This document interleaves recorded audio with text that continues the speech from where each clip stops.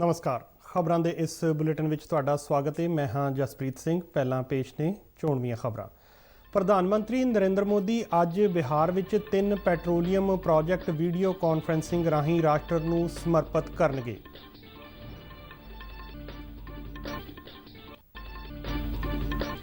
भारत ਅਤੇ आसीआन देशों के विदेश मंत्रियों की मीटिंग विच अगले 5 सालों लई कारज योजना ते चर्चा की गई।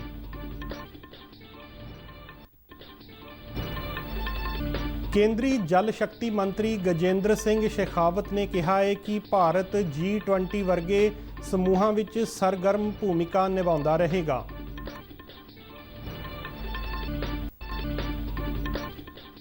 चोण कमिशन वालों मध्य प्रदेश दीआं 27 विधान सभा सीटां लई जिमनी चोण वास्ते दिशा निर्देश जारी। पंजाब विच कोरोना की पुष्टि वाले मरीजों की गिणती 77,000 तो पार। 55,385 सेहतयाब मरीजों नूं ठीक होने तो बाद छुट्टी दी गई। सूबे विच हुण तक 2,288 कोरोना मरीजों की मौत हुई। फिरोजपुर विच करवाए गए समागम दौरान सारागढ़ी जंग की 126वीं वरेगंढ मौके 21 सिख शहीदों नूं श्रद्धांजलियां दित्तियां गईयां। ते हुण खबरां विस्तार नाल। प्रधानमंत्री नरेंद्र मोदी अज वीडियो कॉन्फ्रेंसिंग राही बिहार विच पैट्रोलीयम सैक्टर नाल संबंधित 3 मुख्य प्रोजैक्ट राष्ट्र नूं समर्पित करनगे।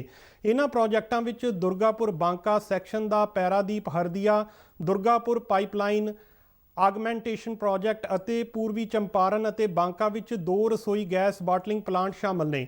बाटलिंग प्लांट आत्म निर्भर बिहार नूं हुलारा देणगे अते सूबे दी रसोई गैस दी वधदी मंग नूं पूरा करनगे।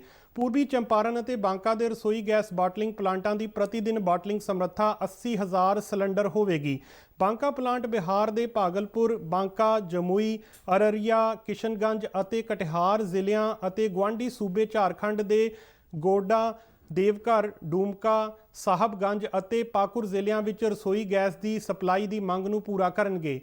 इसे तरह पूर्वी चंपारण का प्लांट पूर्वी अते पश्चिमी चंपारण, मुजफ्फरपुर, सीवान, गोपालगंज अते सीतामढ़ी अते उत्तर प्रदेश के कुशीनगर के 5 लाख तो वध खपतकारां ਨੂੰ गैस की सप्लाई करेगा।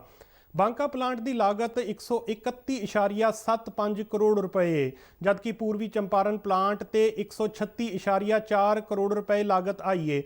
ये दोवें प्लांट प्रधानमंत्री उज्जवला योजना अधीन स्थापित किए गए हैं अते इन्हां प्लांटां नाल नेड़ले पेंडू इलाकों के कोई 1,000 लोगों को सीधा अते असिद्धा रोजगार उपलब्ध होया है।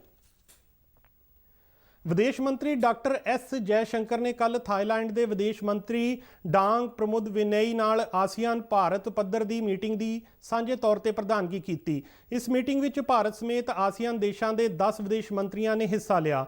मीटिंग विच नवीं आसियान कारज योजना 2021 तो 2025 नाल संबंधित प्रस्ताव पास किया गया।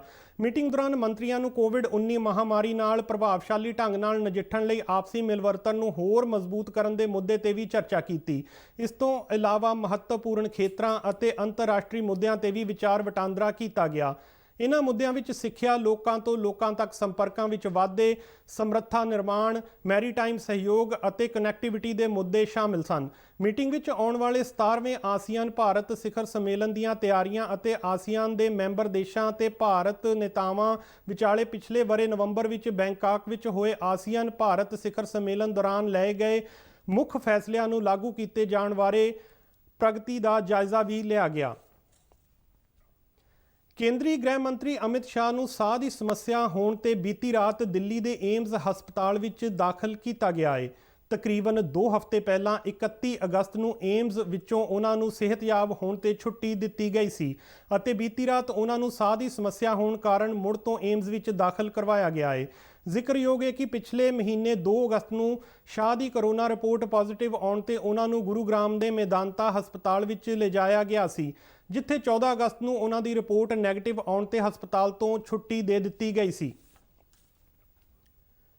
केंद्रीय जल शक्ति मंत्री गजेंद्र सिंह शेखावत ने कहा है कि भारत G20 देशों के समूह वर्गे सहयोगी समूहों में सरगर्मी नाल अपनी भूमिका निभाउणी जारी रखेगा।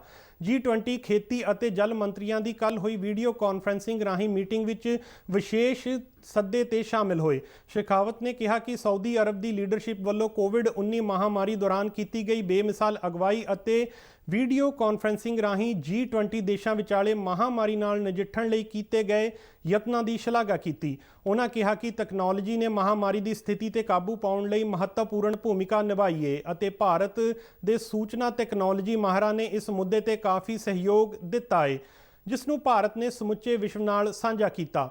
ਸ਼ੇਖਾਵਤ ਨੇ G20 ਮੈਂਬਰ ਦੇਸ਼ਾਂ ਦੇ ਸਮੂਹ ਦੇ ਪਿਛਲੇ ਪ੍ਰਧਾਨ ਜਾਪਾਨ ਦੀ ਵੀ ਪ੍ਰਸ਼ੰਸਾ ਕੀਤੀ ਅਤੇ ਅਗਲੇ ਬਣਨ ਵਾਲੇ ਪ੍ਰਧਾਨ ਇਟਲੀ ਲਈ ਸ਼ੁਭ ਕਾਮਨਾਵਾਂ ਦਿੱਤੀਆਂ। ਸਾਊਦੀ ਅਰਬ ਦੀ ਪ੍ਰਧਾਨਗੀ ਦੌਰਾਨ G20 ਦੇਸ਼ਾਂ ਦੀ ਗੱਲਬਾਤ ਦੌਰਾਨ ਜਲ ਪ੍ਰਬੰਧਨ ਅਤੇ ਪਾਣੀ ਨਾਲ ਸੰਬੰਧਿਤ ਗਤੀਵਿਧੀਆਂ ਦੇ ਪ੍ਰਭਾਵ ਤੇ ਵੀ ਵਿਸਥਾਰ ਨਾਲ ਚਰਚਾ ਕੀਤੀ ਗਈ। ਪਿਛਲੇ 10 ਮਹੀਨਿਆਂ ਦੌਰਾਨ ਸਮੁੱਚੇ ਜਲ ਪ੍ਰਬੰਧਨ ਲਈ G20 ਦੇਸ਼ਾਂ ਵੱਲੋਂ ਇੱਕ ਊਰਜਾਸ਼ੀਲ ਰੋਡ ਮੈਪ ਤਿਆਰ ਕਰਨ ਦੇ ਮੁੱਦੇ ਤੇ ਕਈ ਮੀਟਿੰਗਾਂ ਕੀਤੀਆਂ ਜਾ ਚੁੱਕੀਆਂ ਨੇ। ਸ਼ੇਖਾਵਤ ਨੇ ਕਿਹਾ ਕਿ ਭਾਰਤ ਆਲਮੀ ਭਾਈਚਾਰੇ ਅਤੇ ਸਮੂਹਿਕ ਬੁੱਧੀਮੱਤਾ ਦੀ ਧਾਰਨਾ ਤੇ ਵਿਸ਼ਵਾਸ ਰੱਖਦਿਆਂ G20 ਵਰਗੇ ਸਹਿਯੋਗੀ ਸਮੂਹਾਂ ਵਿੱਚ ਆਪਣੀ ਸਰਗਰਮ ਭੂਮਿਕਾ ਨਿਭਾਉਂਦਾ ਰਹੇਗਾ। ਇਸ ਵੀਡੀਓ ਕਾਨਫਰੰਸਿੰਗ ਰਾਹੀਂ ਹੋਈ ਮੀਟਿੰਗ ਵਿੱਚ ਭਾਰਤ ਦੇ ਕੇਂਦਰੀ ਖੇਤੀਬਾੜੀ ਅਤੇ ਕਿਸਾਨ ਭਲਾਈ ਮੰਤਰੀ ਪਰਸ਼ੋਤਮ ਰੁਪਾਲਾ ਨੇ ਵੀ ਸ਼ਿਰਕਤ ਕੀਤੀ। ਭਾਰਤੀ ਚੋਣ ਕਮਿਸ਼ਨ ਨੇ ਮੱਧ ਪ੍ਰਦੇਸ਼ ਵਿੱਚ ਹੋਣ ਵਾਲੀਆਂ ਵਿਧਾਨ ਸਭਾ ਦੀਆਂ 27 ਸੀਟਾਂ ਲਈ ਜ਼ਿਮਨੀ ਚੋਣਾਂ ਵਾਸਤੇ ਦਿਸ਼ਾ ਨਿਰਦੇਸ਼ ਜਾਰੀ ਕੀਤੇ ਨੇ। ਇਹ ਦਿਸ਼ਾ ਨਿਰਦੇਸ਼ ਜ਼ਿਮਨੀ ਚੋਣਾਂ ਲੜਨ ਵਾਲੇ ਸੰਭਾਵਿਤ ਉਮੀਦਵਾਰਾਂ ਅਤੇ ਉਹਨਾਂ ਨੂੰ ਨਾਮਜ਼ਦ ਕਰਨ ਵਾਲੀਆਂ ਸਿਆਸੀ ਪਾਰਟੀਆਂ ਲਈ ਜਾਰੀ ਕੀਤੇ ਗਏ ਨੇ।